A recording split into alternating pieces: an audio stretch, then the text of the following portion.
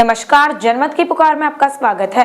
दिल्ली के मुख्यमंत्री द्वारा प्रदूषण मुक्त दिल्ली की ओर एक महत्वपूर्ण कदम लिया गया। दिल्ली के मुख्यमंत्री अरविंद केजरीवाल ने कहा है कि दिल्ली में प्रदूषण कम हो रहा है। उन्होंने दिल्ली के लोगों का सहयोग और केंद्र सरकार की सहायता का धन्यवाद दिया है।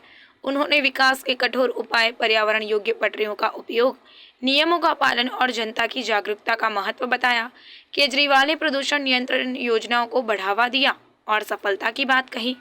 हम सभी से अपील करते हैं कि हम भी प्रदूषण को कम करने में योगदान दें और स्वच्छता के प्रति सक्रिय रहें। यह दिल्ली के लिए एक प्रशंसनीय कदम है। सभी भाइयों, बहनों, माताओं, बुजुर्गों, बच्चों, आप सब लोगों को मेरा नमस्कार, सबको मेरा प्रणाम है। सबसे पहले बच्चों का बहुत बहुत स्वागत है। मुझे पता चला कि बहुत सारे स्कूलों के बहुत सारे बच्चे आए हुए हैं और बच्चे ही देश का भविष्य हैं, बच्चे ही समाज का भविष्य हैं। आगे चल के समाज को और देश को आप ही लोगों को संभालना है। अभी जैसे बताया गया कि हम 50वां विश्व पर्यावरण दिवस मना रहे हैं। 1972 में यूएन जनरल असेंबली ने इसकी शुरुआत की थी। तो जब शुरुआत की होगी तो लगा होगा कि दुनिया में प्रदूषण बहुत बढ़ता जा रहा है, प्रदूषण को रोकने की जरूरत है। जब हम विकास की बात करते हैं कि डेवलपमेंट होना है, विकास होना है, तो माना जाता है कि विकास के साथ साथ प्रदूषण तो होगा ही होगा। विकास होगा तो पेड़ काटे जाएंगे, विकास होगा तो धूल मिट्टी उड़ेगी, कंस्ट्रक्शन होगा। तो अपने को एक तरफ तो 50 साल हो गए विश्व पर्यावरण दिवस मनाते हुए, लेकिन अगर देखें तो इन 50 सालों में प्रदूषण कम होने की बजाय प्रदूषण बढ़ा ही है पूरी दुनिया के अंदर। अपने देश में भी अगर देखें तो पूरे देश में कोई भी शहर, कोई भी गांव, कोई भी मोहल्ला उठा के देख लो, हर जगह प्रदूषण बढ़ा है। एक जगह प्रदूषण घटा है पूरे देश के अंदर, और वो है दिल्ली।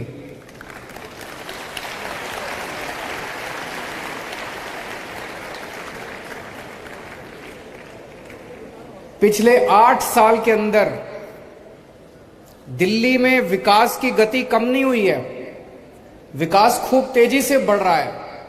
स्कूल बन रहे हैं, अस्पताल बन रहे हैं, सड़कें बन रही हैं, फ्लाईओवर बन रहे हैं, सब कुछ हो रहा है, हर चीज हो रही है। लेकिन प्रदूषण बढ़ने की बजाय प्रदूषण कम हुआ है। वो इसलिए क्योंकि दिल्ली के 2 करोड़ लोगों के साथ मिलके, हम लोगों ने इतने सारे बच्चों के साथ मिलके, आप लोग भी सारे इको क्लब से हैं मुझे बताया गया, आप लोग भी अपने अपने स्तर के ऊपर प्रचार प्रसार सब कुछ कर रहे हैं। हम सब लोगों ने मिलके दिल्ली के अंदर विकास की गति कम नहीं होने दी, लेकिन साथ साथ प्रदूषण को कम किया है। अगर मैं केवल ऐसे ही कह दूं तो आपको लगेगा केजरीवाल झूठ बोल रहा है। मैं आपको आंकड़े देता हूं। 2016 के मुकाबले 2022 में हम PM 2.5 और PM 10 कहते हैं ना, 2 तरह का प्रदूषण होता है। PM 10 मोटे पार्टिकल्स होते हैं, PM 2.5 महीन पार्टिकल्स होते हैं जो प्रदूषण के होते हैं हवा के अंदर। दोनों में PM 2.5 में भी और PM 10 में भी 30% कमी आई है पिछले 7 साल के अंदर। 30% बहुत बड़ा होता है, 30% कमी आई है। 2016 में जो बहुत खराब दिन थे, प्रदूषण होता है ना, जब पूरा आसमान हम देखते हैं, पूरे आसमान में प्रदूषण ही प्रदूषण हो गया, सांस लेना मुश्किल हो जाता है। 2016 वाले साल में 26 दिन ऐसे थे जब दिल्ली गैस चैम्बर बन गई थी, दिल्ली में सांस लेना मुश्किल था। 2022 में केवल 6 दिन ऐसे थे जब दिल्ली में प्रदूषण का स्तर खराब था। 2016 में 26 दिन खराब थे, 2022 में 6 दिन खराब थे। थोड़ा सा इंतजार करो, मुझे पूरी उम्मीद है दिल्ली वाले मिलके ये 6 दिन भी खत्म कर देंगे। आने वाले सालों में एक दिन भी खराब नहीं होगा। फिर कौन कितने दिन अच्छे थे, बहुत अच्छे। 2016 में 109 दिन ऐसे थे जो बहुत अच्छे थे। प्रदूषण बिल्कुल नहीं था, साफ आसमान, साफ। और 2022 में 163 दिन ऐसे थे जो बहुत अच्छे थे। धीरे धीरे धीरे धीरे करके अपने को 352 दिन हर दिन साफ होना चाहिए, ऐसी दिशा के अंदर अपने को लेके जाना है। मैं पढ़ रहा था हमारी दिल्ली सरकार ने, दिल्ली के लोगों ने क्या क्या किया है। एक हम लोगों ने नारा दिया था, युद्ध प्रदूषण के विरुद्ध। वो केवल नारा नहीं था, इतने काम किए, इतने काम किए, इतनी लंबी लिस्ट है कि हमने प्रदूषण रोकने के लिए क्या क्या काम किए, इतने सारे काम किए। उसमें से मैं बस थोड़े से 2-4 काम गिनाना चाहता हूं जो सबसे इंपॉर्टेंट है। हम लोग सुनते हैं ना कि पराली जलाने की वजह से सर्दियों के अंदर प्रदूषण होता है। तो पराली को टैकल करने के लिए दिल्ली सरकार ने पूसा इंस्टीट्यूट के साथ एक घोल का आविष्कार किया।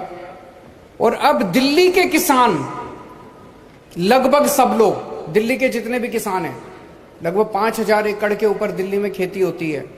दिल्ली के किसान अब पराली नहीं जलाते, वो घोल का छिड़काव कर देते हैं, पराली जलाने की जरूरत नहीं पड़ती। तो दिल्ली में पराली से, दिल्ली के किसानों की पराली से धुआं नहीं आता। पंजाब से धुआं आया करता है। पिछले साल पंजाब सरकार ने कई कदम उठाए। पिछले साल 30% धुआं कम हुआ पंजाब की वजह से। इस साल हम लगातार पंजाब सरकार के संपर्क में हैं। इस साल हमें उम्मीद है और भी कम होगा। पूरा खत्म हो जाएगा, उसमें थोड़ा समय लगेगा, लेकिन इस बार और भी काफी कम होगा। पंजाब से जो पराली का धुआं आता है, उस धुएं को रोकने के लिए पंजाब सरकार अपने स्तर पे कई सारे कदम उठा रही है। फिर दिल्ली में पेड़, मैं तो पूरे देश भर में घूमता हूं, सारे बड़े बड़े शहरों में जाता हूं, बंबई, अहमदाबाद, सूरत, कलकत्ता, मद्रास, हैदराबाद। सबसे ज्यादा पेड़ आपको, सबसे ज्यादा हरियाली दिल्ली के अंदर दिखाई देती है। इतना हरा भरा शहर है हमारा। पूरे देश में हर शहर के अंदर पेड़ कम होते जा रहे हैं, विकास होता जा रहा है, सड़कें बन रही हैं, बिल्डिंग बन रही है, पेड़ काटे जा रहे हैं, पेड़ कम हो रहे हैं। दिल्ली अकेला शहर है जहां पेड़ों की संख्या बढ़ती जा रही है। 2013 में दिल्ली की जितनी जमीन है उसका 20% भाग पेड़ों का था, उस पे पेड़ थे, ट्री कवर था। आज 20% से कम होने की बजाय 23% हो गया, 3% बढ़ गया पेड़ों का कवर। उसका कारण क्या है? हम लोग इतना हर साल इतने पेड़ उगाते हैं, इतने पेड़ उगाते हैं। इस बार भी दिल्ली सरकार ने टारगेट रखा हुआ है, 52 लाख पेड़ लगाएंगे इस बार हम लोग। और ये हम अकेले नहीं लगाएंगे, दिल्ली के लोगों के 2 करोड़ लोगों के साथ मिलकर लगाएंगे। 52 लाख पेड़, 52 लाख पेड़ लगाएंगे। और हम ये भी देखते हैं, कई बार सरकारी कार्यक्रमों में आप देखते हो पेड़ लगाया, कोई ध्यान नहीं दिया, 10 दिन में पेड़ खत्म हो गया। ऐसा नहीं है। हम ये भी देखते हैं कि सर्वाइवल रेट पेड़ों का कैसे बढ़ाया जाए। दिन ब दिन, साल दर साल सर्वाइवल रेट जो है पेड़ों का, उसको भी बढ़ाने के लिए काम किया जा रहा है। दूसरा, एक तरफ विकास हो रहा है, विकास की वजह से मान लो नई सड़क बनती है तो पेड़ तो काटने ही पड़ते हैं, तो पेड़ तो काटते हैं, लेकिन अब हमने ट्री ट्रांसप्लांटेशन पॉलिसी बनाई है। अब टेक्नोलॉजी आ गई कि आप अगर कोई बड़ा पेड़ काटोगे तो उसको काटने की जरूरत नहीं है, उसको खराब करने की जरूरत नहीं है, उसको नीचे से जड़ों के साथ पेड़ को निकालते हैं और कहीं और जाके लगा देते हैं। इसको ट्री ट्रांसप्लांटेशन बोलते हैं। तो इस टेक्नोलॉजी का दिल्ली के अंदर बहुत जबरदस्त तरीके से इस्तेमाल हो रहा है। हमने अपनी पॉलिसी बदली और हमने कहा कि भाई पेड़ अगर काटोगे तो 2 काम करने पड़ेंगे। एक पेड़ काटने पे आपको 10 नए पेड़ लगाने पड़ेंगे, नए पौधे लगाने पड़ेंगे, ये तो करना ही है। इसके अलावा जो पेड़ काटा उसको गिराना नहीं है, उसको जड़ों के साथ नीचे से उठा के कहीं और ले जाके लगाना है। इसकी वजह से हमारे पेड़ जो है पुराने पुराने, कई पेड़ ऐसे होते हैं 2-2 साल 400 साल पुराने पेड़ हैं, वो तो एक बहुत बड़ी धरोहर है, हमारा एसेट है। उन पेड़ों को हम कैसे खराब होने दे सकते हैं? इसके अलावा जो इंडस्ट्रियल पोल्यूशन है, दिल्ली के अंदर जो इंडस्ट्रियल एरियाज थे वहां जो ईंधन इस्तेमाल किया जाता था उसका बहुत पोल्यूशन होता था। हमने सारा पोल्यूटिंग फ्यूल जो है वो खत्म कर दिया। अब पीएनजी इस्तेमाल होता है, पीएनजी से पोल्यूशन नहीं फैलता।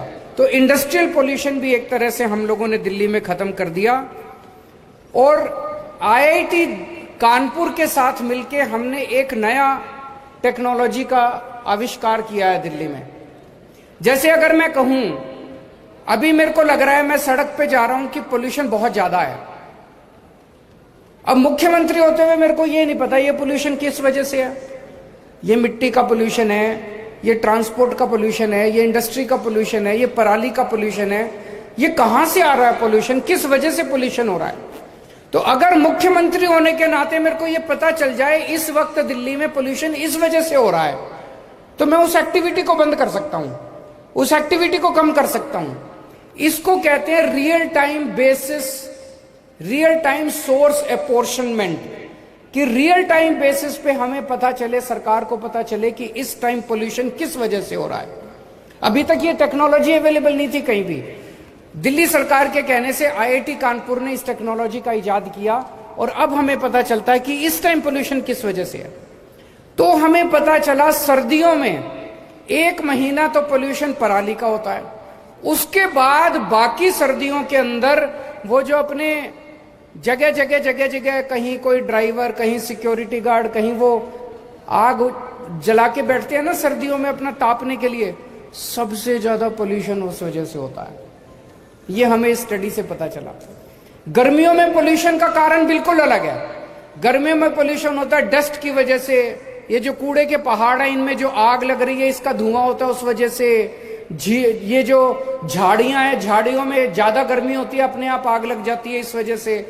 तो जब हमें पता चल रहा है कि किस वजह से पोल्यूशन हो रहा है, उन चीजों को स्पेसिफिकली टारगेट करके हम पोल्यूशन कम कर पा रहे हैं।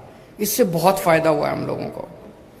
इसके अलावा हॉटस्पॉट वो होते हैं पूरे दिल्ली के अंदर, कुछ इलाके ऐसे हैं जहां सबसे ज्यादा पोल्यूशन है।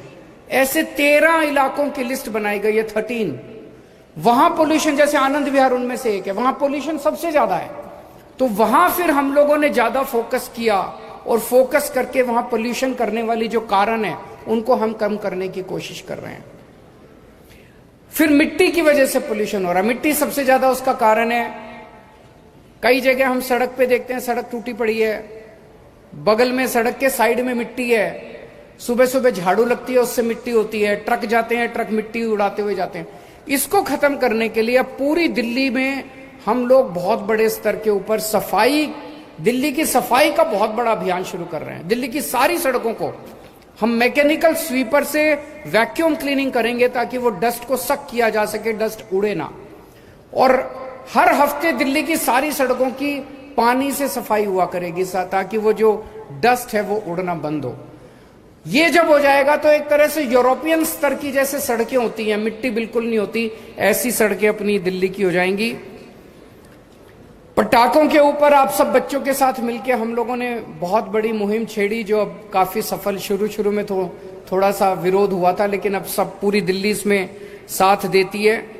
और एक हमने ग्रीन ऐप बनाया है जिसमें अगर आपको कहीं भी कोई पोल्यूशन दिखाई दे, आप शिकायत करते हो, उसमें 58,000 शिकायतें आई हैं अभी तक। उनमें से 90% से ज्यादा शिकायतों का निवारण कर लिया गया है। पूरे दिल्ली में हम 380 झीलें बना रहे हैं, लेक्स। दिल्ली धीरे धीरे झीलों का शहर कहलाएगा। पूरी दिल्ली के अंदर आप जहां भी जाओगे आपको झीलें दिखाई देंगी, खूबसूरत आसपास लैंडस्केपिंग दिखाई देगी। अभी जितनी झीलें, 26 झीलें बनके तैयार हो गई हैं। इन झीलों में मैं कई झीलों पे होके आया, अब वहां पे इतनी हरियाली है झीलों के चारों तरफ, इतना खूबसूरत वातावरण है, इतनी शुद्ध हवा है। वहां पे दूर दूर से पक्षी आने लगे हैं और आसपास का पूरा, जैसे द्वारका की मैं झील पे गया था, 5 मीटर पानी ऊपर आ गया। वहां पे वाटर टेबल का 5 मीटर पानी ऊपर आ गया है। अब मुझे लगता है वहां पानी की दिक्कत ही नहीं होगी, क्योंकि हम ग्राउंड वाटर से पानी इस्तेमाल करके ड्रिंकिंग के लिए इस्तेमाल कर सकते हैं। तो झीलों से एक तरफ वातावरण अच्छा होगा, एक तरफ हवा अच्छी होगी और दूसरी तरफ अपने को पीने को पानी मिलेगा। फिर हवा जो है ये किसी की बपौती नहीं है। हवा को ये नहीं पता कौन दिल्ली है, कौन हरियाणा है, कौन पंजाब है। तो आसपास के राज्यों से भी खूब पोल्यूशन आता है। आसपास के एनसीआर के जितने राज्य हैं उनकी सरकारों से हम लगातार बातचीत करते हैं। आसपास ईंट के भट्टे हैं, आसपास जो पावर प्लांट्स हैं, वहां से जो पोल्यूशन दिल्ली में आता है उसको भी हम रोकने का प्रयास कर रहे हैं। तो आइए आज विश्व पर्यावरण दिवस के अवसर पे हम ये प्रण लें कि अपने दिल्ली की हवा को, पानी को साफ करने के लिए इसे हम सब लोग, अकेले सरकार से नहीं होगा, सबको इसमें भागीदारी करनी पड़ेगी, जिम्मेदारी निभानी पड़ेगी। हम सब लोग मिल। अगर आपने हमारा अभी तक चैनल सब्सक्राइब नहीं किया है तो कृपया चैनल सब्सक्राइब कर लें, लाइक करें, शेयर करें, कमेंट करें। तो मिलते हैं फिर किसी और खबरों के साथ। नमस्कार।